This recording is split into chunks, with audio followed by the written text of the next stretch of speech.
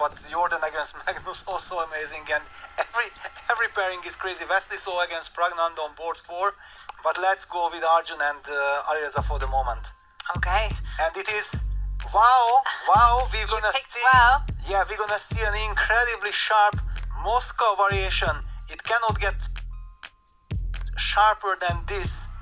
Yeah, the players will not be winging this one. That's one thing for sure. These treacherous waters without knowing exactly where to step.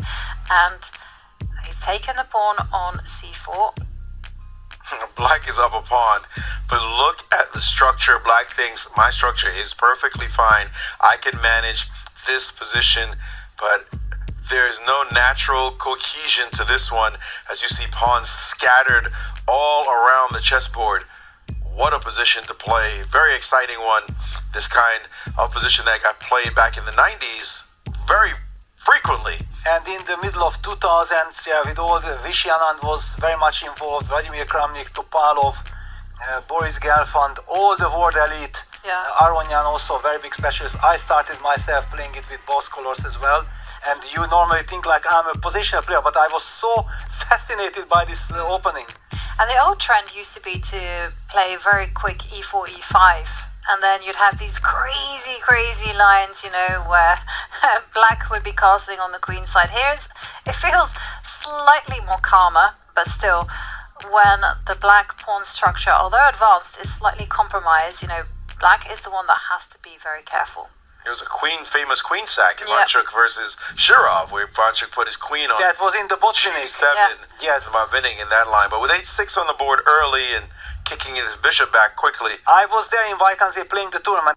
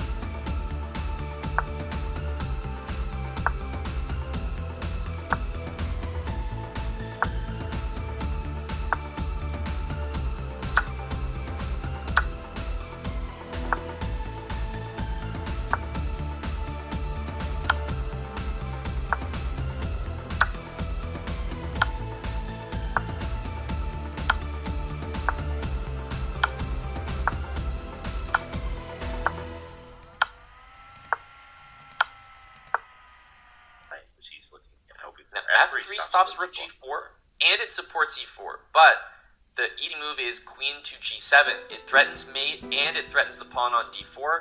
It might look like just a huge blunder, but at least after bishop takes d4, the trades will help white sort of alleviate the pressure, and for now, this bishop on this long diagonal is not terribly effective.